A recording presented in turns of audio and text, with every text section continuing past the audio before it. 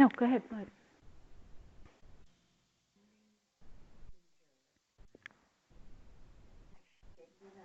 Sitting at the table at 95 years old with his entourage sitting at the table next to us with Samantha Power, who was the U.S. ambassador to the UN under Obama's administration. Briefly.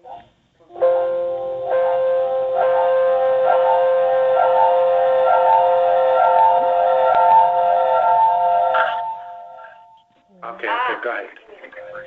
So can everybody hear us now? Yes. I'm just on audio, but I can hear you. Okay, go ahead. Sorry about that. So, do you want me to go back to the first slide? I believe so. Can you start? All right. Sorry about that. I'm okay with it. I have time available, but you all have less time than I do. So anyway, I was just saying that because this is a giant topic, I'm going to touch lightly on a number of different aspects of PFAS that I think would be of interest for a water resources perspective. And if people have questions or want more detail, please just call me or email me or ask questions. Okay. And the topic of the presentation being why do we care about PFAS? It's because they are everywhere and there is concern about their health effects. And what exactly are they? They are a class of more than 3,000 synthetic compounds. They are formed from carbon chains of various lengths, and all the carbon atoms, or most of them, have fluorine atoms attached to them. And this carbon to fluorine bond is very strong and very stable. And that is what makes these compounds both unique and an environmental challenge right now. They are used in numerous industrial and consumer products because they repel both water and grease. And their chemistry makes them very stable, very soluble.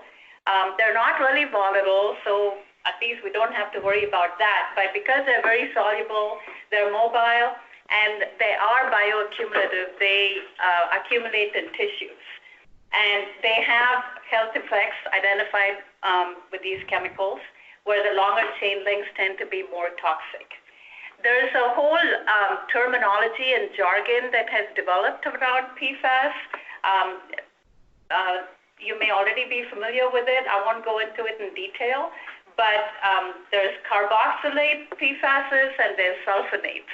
Then there's precursor compounds, which is proto-compounds that could degrade into the toxic ones that we're worried about. Then there's long chain and short chain.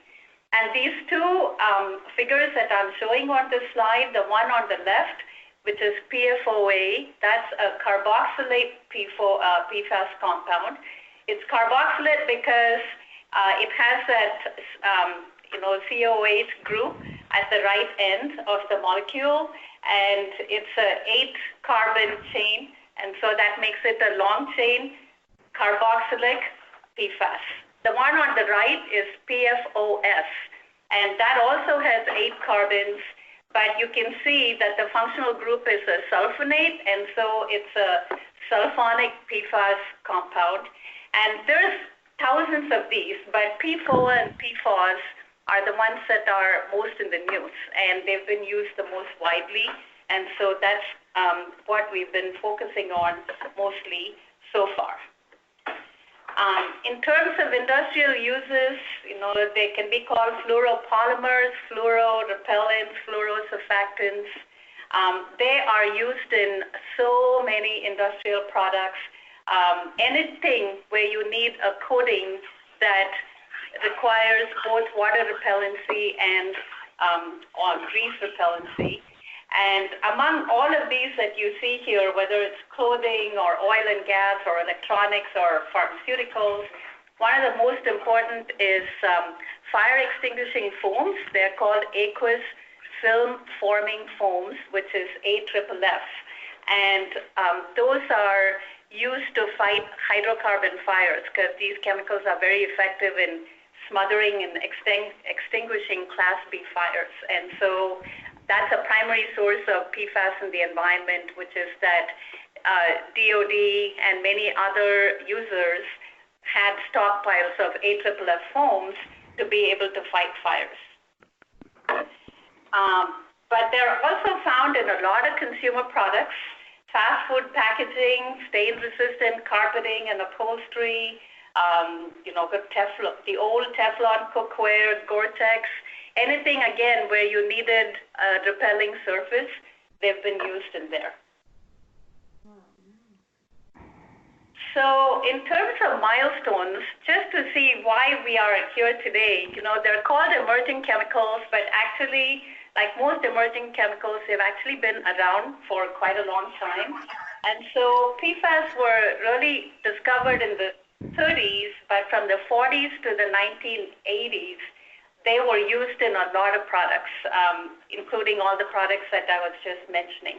They were used very widely, and then in the 2000s, it was recognized that they were showing up in tissue and water samples. Anywhere people looked, they were showing up. And so they were addressed in the Stockholm POP convention, and then some manufacturers began voluntarily phasing out long-chain PFAS in their products and replacing them with short-chain PFAS. Then EPA in the U.S. Came out with some provisional health advisories in 2009, primarily for drinking water. And then in 2013 to 2015, 6 PFAS compounds were included in the UCMR3 monitoring program, and that generated a lot of useful data. In 2016, EPA's Office of Drinking Water came out with a value of 70 parts per trillion as a lifetime health advisory for PFOS and PFOA combined in drinking water. And that is the magic number that is driving so much of the field right now in terms of monitoring and actions. But since then, a lot of individual states in the U.S. also have been developing their own groundwater and drinking water screening levels because EPA wasn't really coming out with any national policies or leadership in this area, and so that's still ongoing in terms of individual states doing their own thing as well. Now, what are these health effects that we might be worried about? Well, for once, it's not cancer. Even though there is some evidence for testicular and bladder cancer, what's really driving the health concerns right now is non-cancer effects. And there's a lot of effects that have been identified based on occupationally exposed populations and general public drinking PFAS contaminated water. A lot of this information is from animal studies, not human studies as well. So they've noticed decreased birth weight, decreased organ weight, changes in like cholesterol and triglyceride blood chemistry indicators, endocrine and thyroid effects, all of that for mammals and humans. And on the ecological end, these chemicals actually, they're not the kind that are going to kill you right off the bat. They're not acutely toxic. We don't see fish kills, for example, but they do have chronic effects over long-term exposures. And even in fish or invertebrates, we find evidence of toxicity, including reduced biomass and changes in tumor formation, more subtle changes like changes in larval emergence or hormonal and developmental changes. And a couple of things that are unique about PFAS, they do not bind to fatty tissue like PCBs or in muscle like metals. They bind to proteins. So they bind to serum proteins, and you find them in blood serum, and they are also accumulating typically in organs in the body that are very well served by blood vessels, including the kidney and the liver. And there is good news in the sense that if you look at this figure, because of the voluntary phase-out of long-chain PFAS, over the period from about 1999 to 2010, both PFOS and PFOA decreased in the U.S. population blood serum level. It isn't everybody, but it went down by almost 50%. But because it's still in production, there are many countries, including China, which still use long-chain PFAS in their products, and they still come into the markets here. We cannot really say that we have eliminated all sources of exposure. So what is the current regulatory status? Well, I would call it chaotic and dynamic. Under what EPA has done so far, they've brought in some programs for reduction in use. Under TSCA and the Clean Air Act, there was an EPA summit last week where they said that they are going to decide whether to develop MCLs and groundwater cleanup standards and whether to designate these chemicals as hazardous substances. Under the Safe Drinking Water Act, there's already the UCMR monitoring rule and the 70 part per trillion health advisory that I mentioned. And even the Superfund program has some initial screening levels for PFAS, but it's limited to just a few compounds. So that's at the national level. And at the state level, California and other states, I think I won't spend too much time on this because I'm speaking to regulators. So we do know that California is considering including them under Prop 65 and the Safer Consumer Products Program. As far as I know, there's no statewide requirements, but I also know that they've been included in the regional monitoring program, and in some preliminary cases, they've been included in requests for emerging contaminant, monitoring in landfills and certain other kinds of sources. There are a lot of other states that have been very active in developing their own drinking water and other types of screening values for PFAS. A few of them are listed here, but there's actually a lot more. So ambient concentrations in the U.S. and California, I think a lot of people might be familiar with this. There's a lot of publications. I thought I would just touch on this one because this was, received a lot of attention. In 2016, WHO et al., they took all the data from that UCMR3 monitoring, and they did a spatial analysis. And what you see is they identified 3 types of sources that were most closely associated with finding elevated levels of PFAS in drinking water. The one on the left here, that is industrial sites that manufactured or used PFAS. Then the one on the upper right is if there were airports and if there were military fire training activities in the vicinity, then they tended to notice higher levels of PFAS in the drinking water. And so this study, they looked at almost like 36,000 drinking water samples. And some of the interesting things that jumped out, it was detected in 33 states. 75% of the detections, though, came from 13 states, including California. And the range of PFOS and PFOA that they saw was pretty wide. PFOS was from ND to like 1,800 parts per trillion.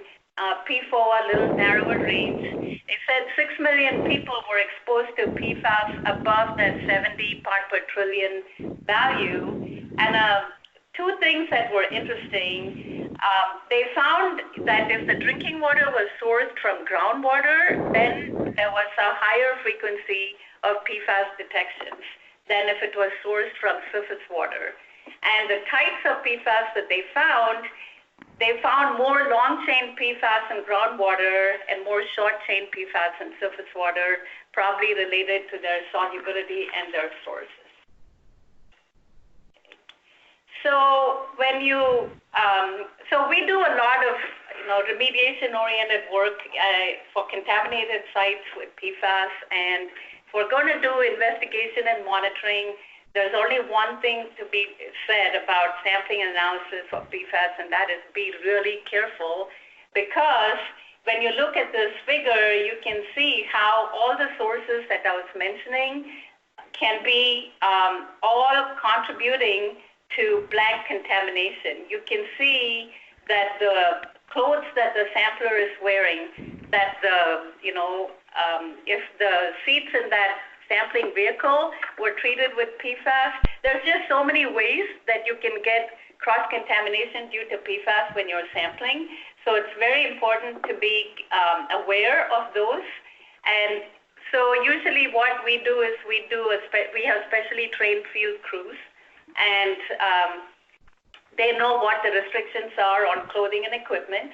There's only really one analytical method right now, that's EPA modified method 537.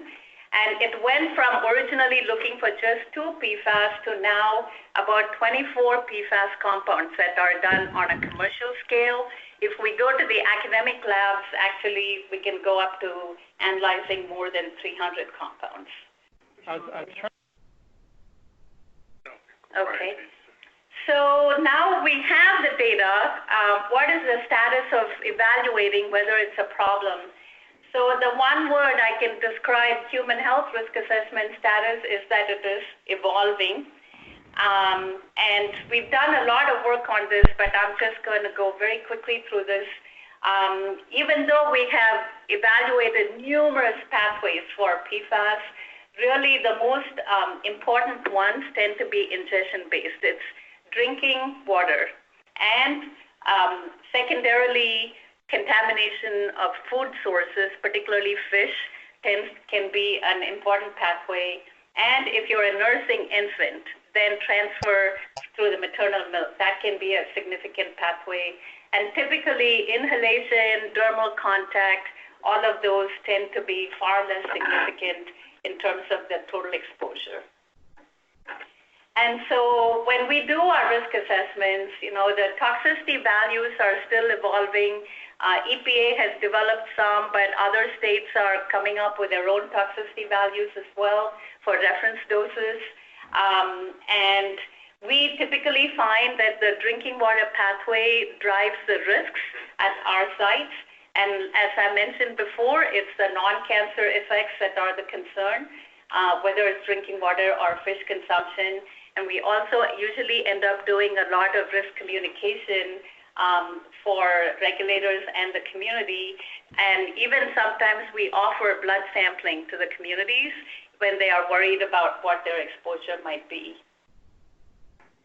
And what happens if you exceed that 70 part per trillion level?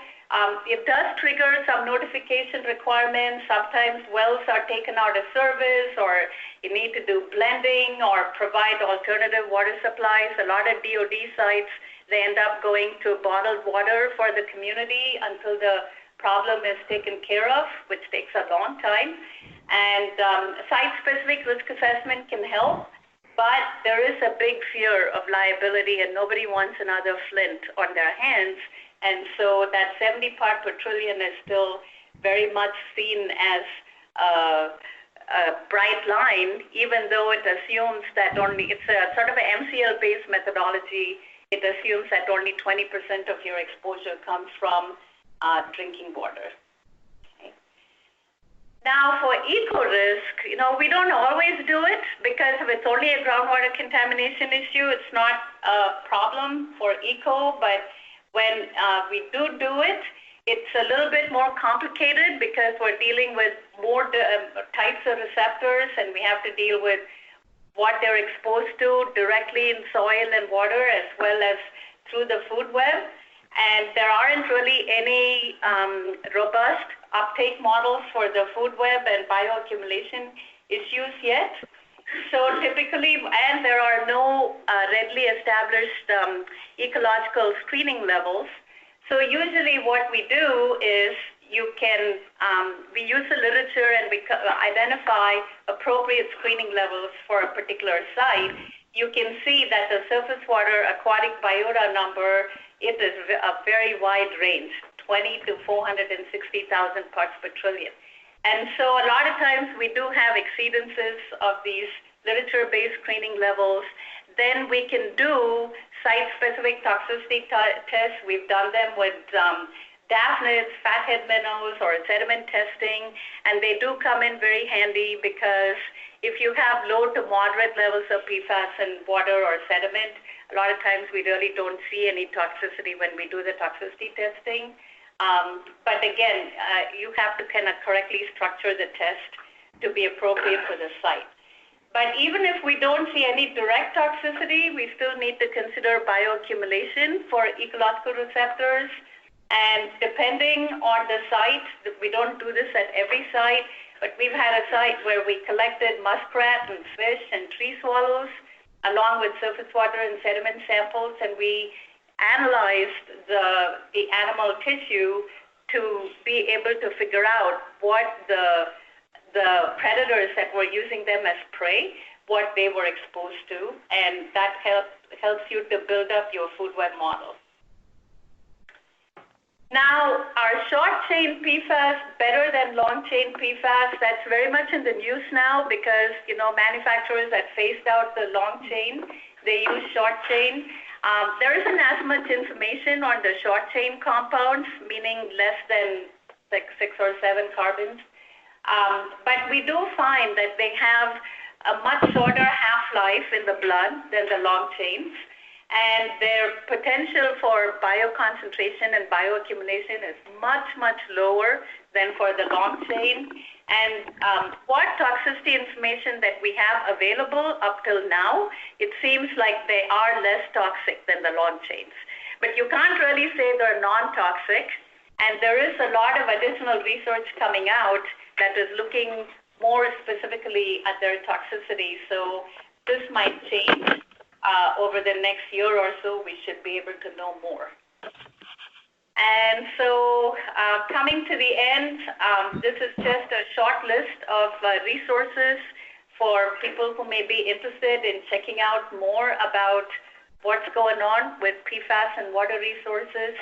Any one of the slides that I presented, I could actually have talked for a half hour about it and didn't want to waste your time. So this is the end, and please ask any questions.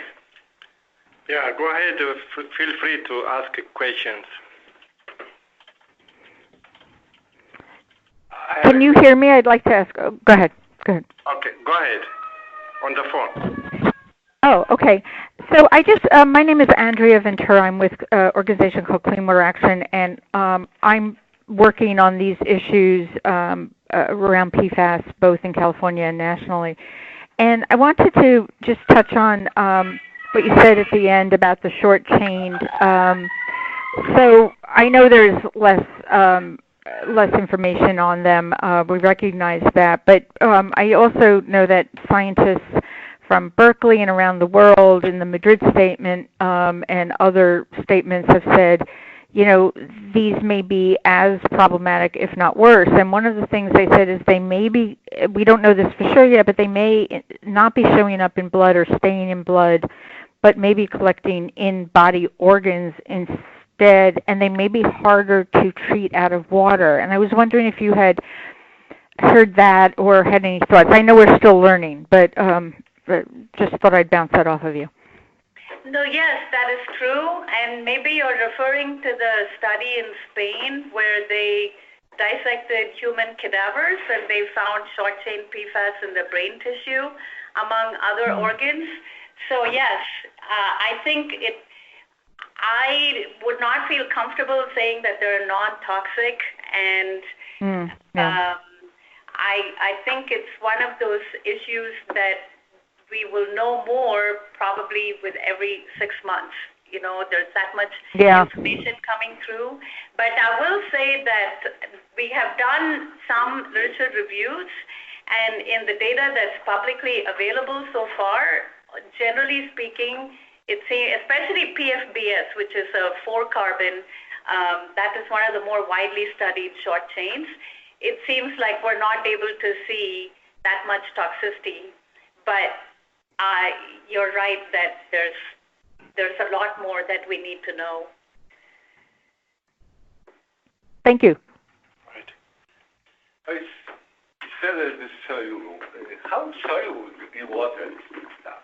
You have a fry pan with a Teflon cover, and you cook up. It goes into water in solution, or is just particle?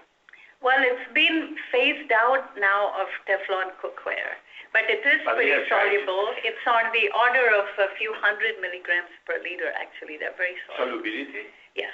I took out the slide because of time constraints, but I have a slide where you can compare their solubility against like benzene and TCE and chemicals that we're typically used to. So I can send you that information later if you want, but they are very soluble. And, but it's like one portion of the molecule is soluble, and then there's another portion of it that's like a head and a tail. There's another portion that is hydrophobic, and so it has kind of these surfactant-type properties. Yeah. And, but even in our own bodies, like PFOS tends to bioaccumulate more. PFOA doesn't accumulate as much. Then our bodies have mechanisms for elimination, and so it's really fascinating. But essentially, it's eliminated through the kidneys.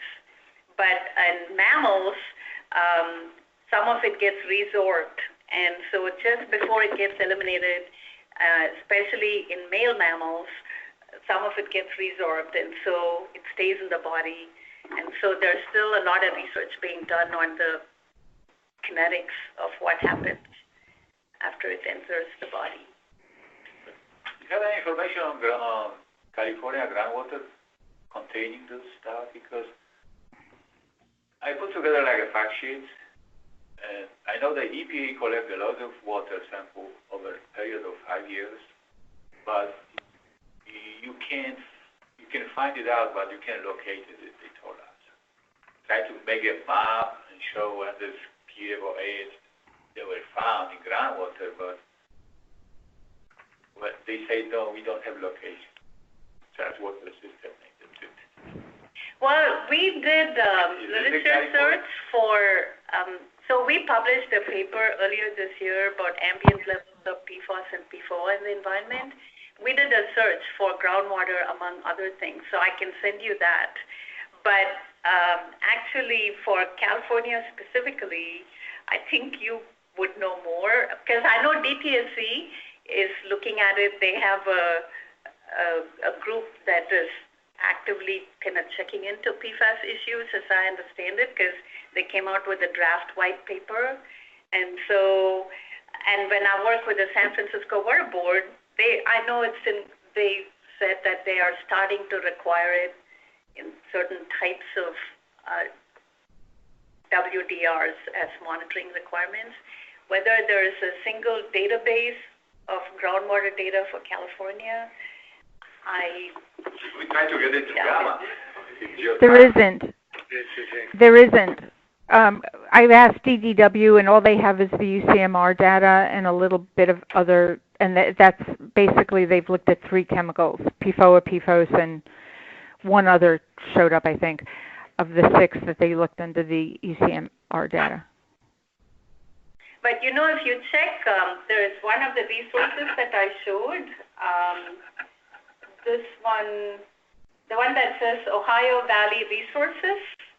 That one, if you click on that, it doesn't include California, obviously, but they came up, they have mapped the available PFAS data for Ohio and Virginia. Yeah. So it would be cool if you could have that for California. 10,000 for California, but the EPA said we didn't ask them for location. So district water company, they collect samples and they send the data. So EPA did analysis and sell it, but they have no kind of clue where those samples exactly were collected. That's too late. Okay, thank you. Any more questions for Usha? Yes, I was kind of wondering if there are any treatment techniques or methods regarding groundwater or surface water for drinking water in general? Oh, so that was another slide that I took out. Yeah, well, there's a lot of techniques. There's techniques based on separation as a concept and techniques based on destruction. And right now, at the commercial scale, probably GAC is the one that's most commonly used, and it's pretty effective. And then there's other kinds of ion exchange resins that are being used and are being tested. Again, if you want to give me if you want to just shoot me an email, I can send you more information on it. From a destruction standpoint, people are checking out thermal, destruction, incineration, electrochemical oxidation, stuff like that. And electrochemical oxidation is showing some promise, but there is a difference, I would say, between showing promise at the lab or bench scale level and what is really proven in the field. And so it's an area where there's a lot of research going on right now. We even have people looking at it from a phytoremediation perspective. And a lot of it, it's like what happens is that you're able to remove some, but not enough to bring it down below the 70 part per trillion. And if that is that bright line for, performance effectiveness, then one technique alone is not enough, and you might have to do a combination. Does that answer your question? Yes, thank you so much. Okay, but there's a lot. I'd say there's about a dozen techniques right now.